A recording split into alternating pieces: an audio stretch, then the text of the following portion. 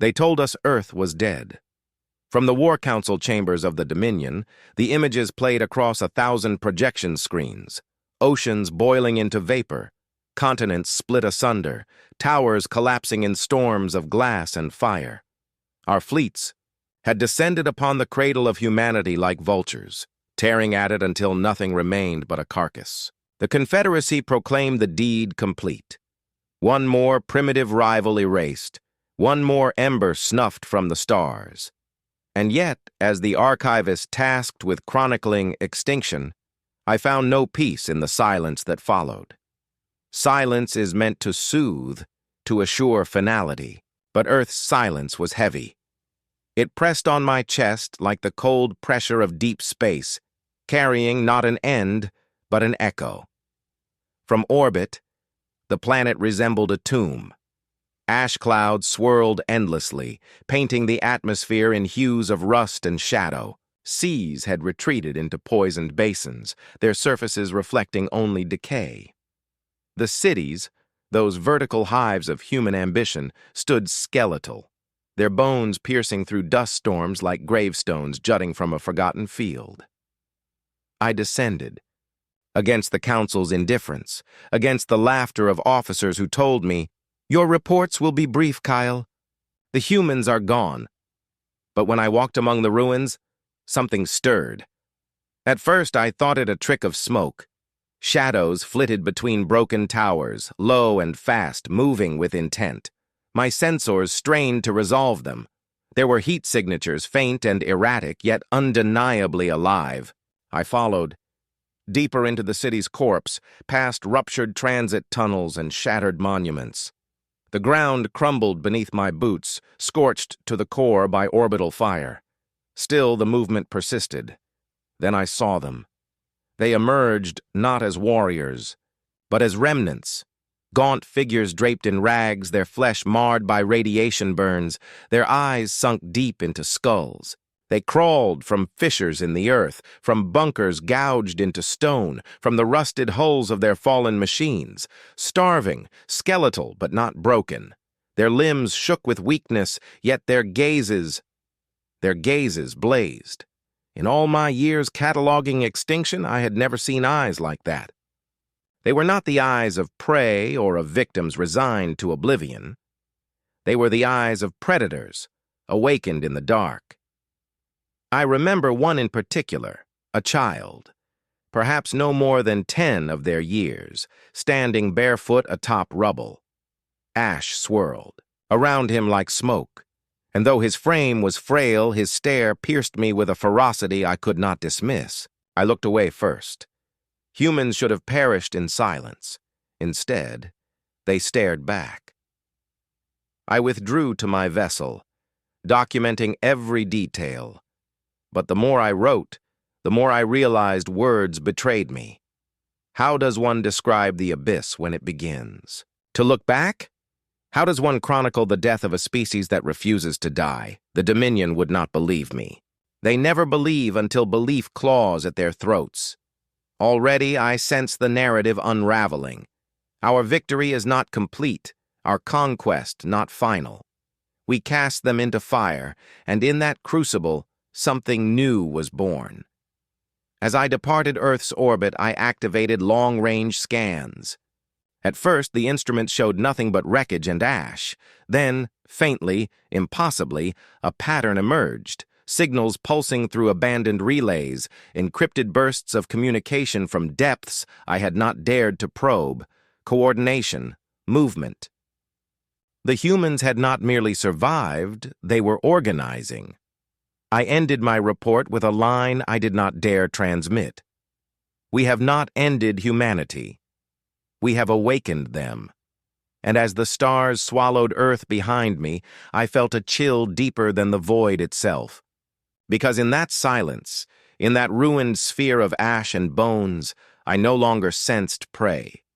I sensed hunters, waiting for us to return. They told us humanity was bound to their ruined sphere, confined to Earth's corpse and the ash it breathed. Yet whispers began to crawl through our ranks, low, uneasy murmurs that refused to die. Patrol vessels that should have reported home vanished in the dark. Outposts that had endured for centuries suddenly went silent. The commanders dismissed. It as raiders, the pirates that lurk in every corner of the void. But I have studied pirates. I know their chaos, their greed, their waste. This was something else. I was sent to catalog the wreckage. I thought I would find plundered hulks stripped bare, drifting like carcasses. Instead, I found precision. Our cruisers, mighty ships of the Dominion, were split open as though by surgical strikes. Their reactors had been pierced with calculated fury, their engines gutted, their weapons silenced in perfect order. These were not the random claws of brigands. These were claws sharpened with intent. And then I saw the weapon signatures. Not plasma, not antimatter, not the elegant beams of Dominion mastery. No, these scars bore the mark of kinetics. Primitive slugs of iron hurled at impossible velocities. Brutal. Archaic. Yet each impact punched through our shields with an efficiency our engineers had deemed impossible. The humans had taken what we dismissed as obsolete and turned it into something lethal in the shadows of the abyss. The soldiers began to whisper. They called it the Abyssal Legion. At first, it was a joke muttered over ration tables, the dead rising from the void to haunt us. But when 3 patrols in the Olith Belt failed to return, when their distress calls bled static into our networks, the joke soured into fear.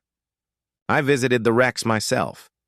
I drifted through corridors twisted by violence, lights flickering, bulkheads groaning like dying animals. And there, etched into the steel by bullet holes and blood, I felt their presence. The humans had been here. They moved like ghosts, striking with precision, vanishing before response. It was not war. It was hunting.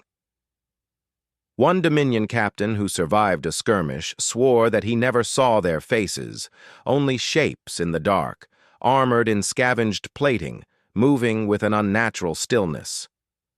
They boarded his vessel, stripped it of supplies, then left him alive to crawl back with his story. His eyes, wide and hollow, told me everything I needed to know. He had not fought soldiers. He had encountered predators. The High Council laughed when I delivered my findings. "You give too much credit to vermin," they said. "They crawl, they bite, and then they die." But in the silence of my chambers, reviewing the footage, I knew the truth. The abyss we cast them into had not swallowed them. It had reshaped them. These were not the humans we once knew, bound to soil and sun. These were wraiths of the void, children of shadow, tempered by extinction itself. I cannot forget the last wreck I studied. A Dominion dreadnought, pride of our fleet, lay gutted in orbit of a nameless moon. I drifted inside, the hull whispering with the cold. On the command deck, screens still flickered with final logs, and across the viewport, carved with a blade into the glass itself, were words in their ancient tongue. "We are still here." The script burned into me like fire. It was not a boast. It was a promise. I ended my report with silence, unable to translate what I had seen into the sterile language of the archives. For how could I? How could I explain to the Dominion that the very prey we scorned now stalked us, unseen and patient?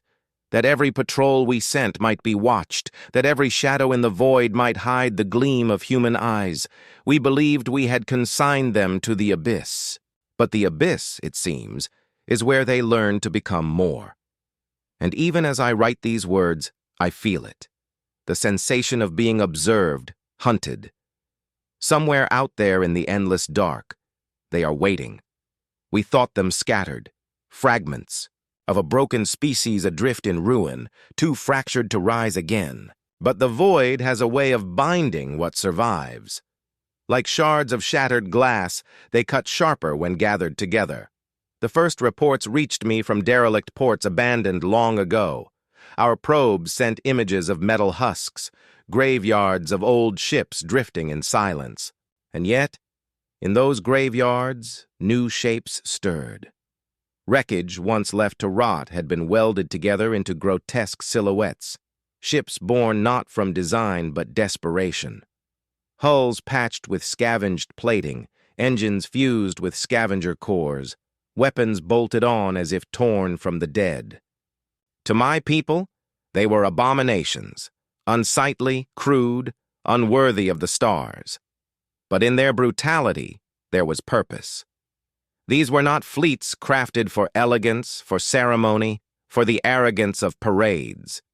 These were machines of survival, forged in the crucible of necessity. I studied them from afar, my instruments trembling as they detected power flows stolen from Dominion reactors. And as I traced their flight paths, I realized they were no longer scattered nomads. They were converging. The humans had united. Curiosity, or perhaps fear, drove me further than duty required. Against every instinct, I infiltrated one of their monstrous vessels, a former Dominion frigate, gutted and reforged until its own mother would not recognize it. The air was thick, with the scent of oil and scorched metal, corridors dimly lit by flickering human lamps. Symbols marked the walls, primitive, painted by hand, remnants of Earth's lost cultures. And then I saw them. The humans were gathered in a hangar, a congregation of scarred survivors. Their uniforms were mismatched, tattered remnants from armies, long annihilated, stitched together with scavenger cloth and steel plates. Their faces bore the story of their suffering, hollow cheeks, skin seared by radiation, eyes sunken but blazing with fire. They carried themselves not as refugees, but as soldiers who had refused to lay down their arms. One of them noticed me. I expected hostility, perhaps death, but instead I was dragged before their leader. She was unlike the rest, not in form, for her body bore the same scars, the same gaunt strength, but in presence. Her gaze cut through the smoke-filled chamber like a blade, commanding silence without need for words. Her name, spoken with reverence among them, was Arya Kaelstrom. Arya's voice was steady, forged of conviction rather than rage. She did not speak of vengeance, as I had expected. She spoke of the return, of balance, of reclamation. Her words were simple, but each carried the weight of inevitability. The abyss is where you cast us. The abyss is where we learn to become more. I had studied countless leaders of countless species, but none like her. There was no desperation in her tone, no plea for survival, only certainty. The abyss had not destroyed humanity. It had refined them. When I returned to the Dominion to deliver this truth, the Council dismissed it. A ghost story, they sneered. A fable told by cowards. But I had seen her. I had stood in the presence of a force that no empire could extinguish, and worse, I had seen their ships move. The human fleet was not vast, but every vessel was alive with resolve. Their hulls screamed with history, each scar a reminder of battles endured. Engines pulsed like beating hearts, straining against their patchwork cages, ready to burn until nothing remained. These were not fleets built to last centuries. They were fleets built to strike, to bleed, to carve through the void with ferocity unmatched. It was then I understood. The Dominion had miscalculated not in strength, but in spirit. We measured war in numbers, in firepower, in the elegance of design. Humanity measured war in survival.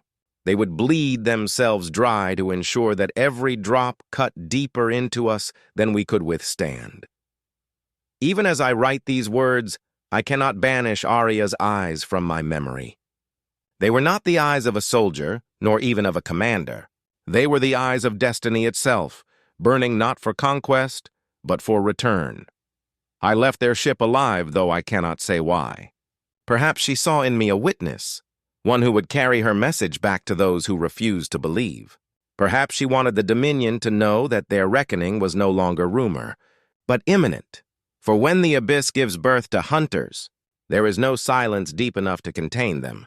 And somewhere, even now in the dark between stars, I feel their fleet stirring, not polished, not perfect, but iron-bound, unbreakable, rising. War returned to the stars, but it was not the war my people had prepared for. The Dominion expected another grand campaign, vast fleets clashing head-on. Banners raised high, victory assured by numbers and firepower. That was our way, civilizations crushed beneath the weight of overwhelming force. But when humanity came back to the field, they brought no banners, no proclamations, no polished armadas. They brought only shadows. They struck not where we were strong, but where we were blind. A listening post at the edge of the Yalith Rim fell silent, its defenders never even glimpsing their attackers. A convoy vanished in an asteroid belt, torn apart not by brute strength but by precision ambushes. Even our war games failed us. Every tactic we simulated collapsed when applied against them because humans refused to fight within the confines of logic. They bent the void itself into their weapon. I witnessed it firsthand. At the edge of a neutron star, one of our hunting squadrons, 3 destroyers armed with the Dominion's finest weapons, pursued what appeared to be a ragged flotilla of human craft. Their vessels were patchwork, thrusters sputtering, hulls stitched together from salvage. By every measure of Dominion strategy, this was prey-cornered. The hunters advanced, and then the humans turned. They wove their failing ships into a pattern, dancing along the edge of the star's gravity well. Our destroyers followed, confident, unaware. I screamed into my comms, warning them to retreat, but pride deafened them. The flotilla ignited their drives all at once, diving toward the pull of the collapsed sun. Our destroyers followed straight into the trap. The humans sacrificed half their fleet in that gambit, burning themselves to ash within the star's embrace. But in their death throes, they lured our destroyers just far enough. The gravity well tightened its grip. I watched from the outer rim as 3 proud Dominion vessels, the pride of our war machine, were dragged screaming into the abyss, their shields tearing, hulls folding like paper. And when the light of their annihilation dimmed, the surviving human ships limped away into the dark. Broken, bleeding, but victorious. That was the first time I truly understood. Humans do not measure battle in survival. They measure it in meaning, in the lesson carried forward. Every engagement sharpened them. Every defeat refined their tactics. Their ships became extensions of cunning rather than might. Fields of debris turned into minefields, derelict stations converted into traps, even stars themselves twisted into allies. They did not merely fight us, they studied us. Each Dominion countermeasure was met with adaptation. Each victory bled them dry, but in the blood was a terrifying rhythm. They learned faster than we could unlearn our pride. Soon, whispers spread not just through the lower ranks, but into the chambers of the High Council itself. The phrase that had once been a joke, a rumor, the Abyssal Legion, began to carry weight. Fear seeped into our warlords' voices. Their boasts faltered. They began to ask questions we had never asked before. What if this prey had become something more? What if we were no longer the hunters? And still, the humans pressed on. I studied the reports, tracing their path across the stars. They struck not at strongholds, but at seams, supply lines, communications relays, weapons depots, each blow minor in isolation, but together, like threads pulled from a tapestry, unraveling the Dominion's great web. And in each strike they paid dearly, ships lost, lives consumed, but their resolve did not falter. They did not retreat into fear as so many species do. They bled willingly, as if the blood itself was a message. And what message did it carry? That they had become the abyss. I remember one battle log retrieved from a shattered Dominion cruiser. The surviving audio was fractured, distorted by static, but one line remained clear. A human voice, ragged, victorious, echoing through the comms. "We are what you made us," the words haunted me. Because in them was no triumph, no joy, only truth. We had cast them into darkness, and in that darkness they had found themselves transformed.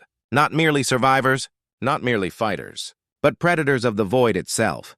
The Dominion continued to dismiss them, of course. Arrogance is the armor of empire, but I have watched too closely. I have seen the patterns others refuse to see, and I know, with a certainty colder than the void, this is no longer a war of numbers. This is a war of inevitability, and if humanity continues to sharpen itself upon our arrogance, Then one day soon the hunters will find themselves the hunted. I end this entry with a truth I dare not speak aloud. Humanity is no longer prey. Humanity is the abyss, and the abyss is coming for us all. War had been a whisper, a rumor, a flicker of shadows in the void. But whispers grow and shadows lengthen until even empires are forced to see what they would rather ignore. The Abyssal Legion no longer hid. They came not as raiders in the dark, but as fleets rising from the graves we had dug for them. Where once they struck from cover, now they emerged openly, their vessels scarred and monstrous, yet defiant in their ugliness. For every ship we destroyed, another limped into battle. For every human slain, 10 more rose with their names painted across hulls in defiance. Entire sectors fell, not because humans had the strength to conquer, but because they carried something far more dangerous. Hope. Species long broken beneath Dominion rule began to stir. In human fleets they saw something we had forgotten, the will to rise after annihilation. When human ships arrived in orbit, oppressed worlds did not resist. They ignited. Prison camps revolted. Mining colonies turned their drills against their overseers. Slave legions abandoned their masters, rushing to join the very warriors who had once been declared extinct. We had cast humanity as vermin, scattered and doomed. But now they became a symbol, and symbols are deadlier than weapons. I stood in the High Council chambers as this truth began to seep through the cracks of our arrogance. Warlords who once feasted on victory now snapped at each other like cornered animals. Each demanded to know who was at fault, whose fleets had failed, whose pride had blinded them. Their voices rose in cacophony, but none dared speak the deeper truth. That our dominion, once unshakable, was faltering, and still. The humans pressed forward. Reports came in daily. Another fortress station gutted by improvised weaponry, another supply line turned to ash. But what unsettled me most were not their victories. It was what they carried into every battle. They bore their scars as banners, ships painted with murals of lost Earth, oceans, forests, blue skies no longer theirs but still remembered. Symbols of extinct nations scrawled across armor, helmets etched with the names of dead worlds. And when their fleets appeared, those images traveled faster than any signal, spreading through the galaxy like wildfire. They did not need to declare themselves. Their existence was declaration enough. I remember watching one transmission recovered from the siege of Carrill Station. A human soldier, armor battered and bloodied, stood before a burning reactor core, transmitting to every channel before the Dominion cut the feed. We are not here to rule. We are here to endure. Remember that. And then he detonated the core, sacrificing himself to bring down the fortress. That was humanity's true weapon, not their ships, not their crude artillery, not even their cunning tactics. It was their refusal to remain dead. Every strike they made reminded us that we had failed in the one art we prized above all, annihilation. We thought extinction permanent. They showed us extinction was merely transformation. I began to see it in the faces of my own people. Soldiers who once marched with certainty now hesitated at deployment. Admirals who once spoke with pride now studied maps with unease, tracing human advances like a spreading infection. Even the common citizen began to whisper, not of victory, but of fear. For the first time, the Dominion trembled. I returned often to the council chambers, recording the proceedings for the archives. What I saw was chaos dressed as authority. The warlords bickered endlessly, each one demanding more fleets, more weapons, more desperate measures. None dared admit what I had long understood. Humanity was no longer fighting to survive. Humanity was teaching the galaxy to resist, and the galaxy was listening. I remember clearly the day the council chambers themselves quaked, not from dissent, but from news. A sector had revolted in full, Dominion governors overthrown, garrisons slaughtered, not by human forces, but by our own subjects who had seen in humanity the spark of rebellion. Our fleets, once feared, now faltered, and all the while human broadcasts spread like plague. Their voices reached even our most loyal systems, carrying a message no empire could silence. We endure. We rise, we return. It was not vengeance that drove them, not conquest, not the hunger for dominion. That was what unsettled me most. Humanity did not seek to build empires upon ashes. They sought only balance. To return what had been taken, to rise where they had been cast down. And in that simplicity was a power we could not comprehend. I realized then why they frightened us so deeply. Not because of their weapons, not because of their fleets, but because they had mastered the one art our empires had never understood, the art of enduring annihilation and rising stronger. Their scars did not weaken them. Their scars became their strength. And as their fleets spread across the stars, as rebellions lit like fire in the night, I felt the inevitable taking shape. We had thought ourselves eternal, rulers of the void, but humanity had become the abyss itself, swallowing fear, spitting it back as defiance. I cannot erase the image that remains etched into my mind, a human flagship, a patchwork monstrosity, limping yet unyielding, its hull covered in the painted handprints of its crew. Each mark was a vow. Each mark was survival made manifest, and when that ship transmitted its message, every world heard it, every Dominion system, every enslaved colony, every frightened council member. You threw us into the abyss. Now we bring the abyss to you. The chamber fell silent that day. Even the warlords, bloated with pride, found no words. For in those few terrible syllables, we all recognized the truth. The abyss was no longer out there, beyond our borders. It was here, and it wore a human face. The void remembers. We believed the abyssal rift to be ours alone, a scar carved into space where the Dominion had broken humanity, scattering them like ashes into nothingness. It was here, amid collapsed stars and fractured gravity wells, that we had declared their extinction. Yet it was here they returned. I stood aboard the Council flagship, the Empyrean, as the first readings appeared on our sensors. At first, the officers dismissed them as debris storms, static distortions in the rift's broken fields. But the signals multiplied. Shapes emerged.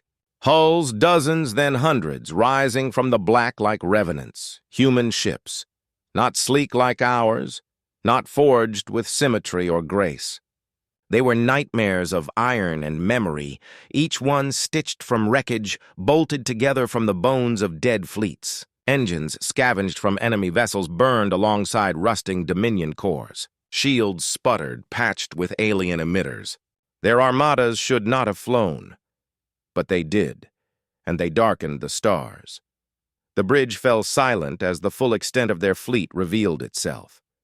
The Abyssal Legion had returned, not as fractured survivors, but as harbingers, carrying the weight of every annihilated world in their steel. They came not to plead nor to bargain. They came to end the story we thought we had written. At their center was a vessel larger than any I had ever seen. A graveyard of ships welded into one colossal spearhead, a floating mausoleum lit by the glow of repurposed cores. Upon its battered prow was a single mark, painted in crimson strokes, the silhouette of a burning world, and from its bridge, her voice rose, Aria Kalestrom, the ghost who had haunted every report, every whisper, every fear left unspoken. Her words carried across every channel, unfiltered, unshaken. We do not come to conquer. We come to finish what you began. Then the abyss itself turned against us. Gravity wells, once our fortress, became traps of their making. Human flotillas danced between collapsed fields, luring Dominion destroyers into implosions of light. Kinetic slugs, crude yet merciless, punctured the shields of our cruisers with precision, born not of elegance, but of necessity. They struck not with overwhelming numbers, but with inevitability. Every move felt anticipated, every sacrifice measured. I watched as 3 of our warships converged on a human frigate limping through the rift. The trap was perfect, or so it seemed. At the last instant, the frigate detonated its own core, collapsing space into a singularity that consumed pursuers and prey alike. To my people, it was madness. To humanity, it was strategy. Our flagship shook as waves of destruction rippled outward. Officers screamed orders, but the battlefield no longer obeyed the logic of empires. The abyss obeyed them. Through the chaos, I caught sight of her vessel again. Aria's flagship carved a path where none should exist, threading through debris and collapsing stars as if guided by the abyss itself. Every strike she ordered tore at the seams of our fleet, unraveling formation after formation until the Empyrean itself was exposed. Admiral Varun barked commands with fury, his pride refusing to bend. "Crush them! They are vermin dressed in steel!" But even as he spoke, the humans closed in. Their war bands struck from every angle, not as soldiers of flesh, but as wraiths of the void. Then came the blow. A swarm of human vessels, their hulls burning, their engines screaming, hurled themselves against the Empyrean's shields. One by one they ruptured, sacrificing themselves not for survival, but for inevitability. Our defenses flickered, collapsed. And into that breach came the spearhead. Arya's flagship struck true, metal screamed. The Empyrean, jewel of the Dominion, groaned as its core overloaded. I was thrown to the ground, flames and alarms drowning the pride of my people. And in that collapsing moment, as silence bled into the void, her voice returned. Calm, resonant, terrible in its certainty. "We are what the abyss made us." The words echoed across all frequencies, impossible to silence, reaching every ship, every world, every fearful mind. You feared extinction. The Empyrean's heart ruptured, fire consuming its spine. Officers fled, admirals wept. I clutched my recorder, desperate to capture the truth that even death could not erase. We forged resurrection, and then the Dominion's flagship died. I do not remember how I survived the wreckage, only that I awoke drifting among ruins, my escape pod spinning through a field of shattered steel. Around me, the abyss was alive with human victory cries, transmissions carried like gospel into the stars. Entire sectors listening, entire peoples awakening. The warlords would deny it even now. They would claim it was but one battle lost, one fleet destroyed. But I know. I was there. I saw the abyss turned against us. I heard her voice in the silence that followed, and I understood. We had not sent humanity into the abyss. The abyss had sent them back.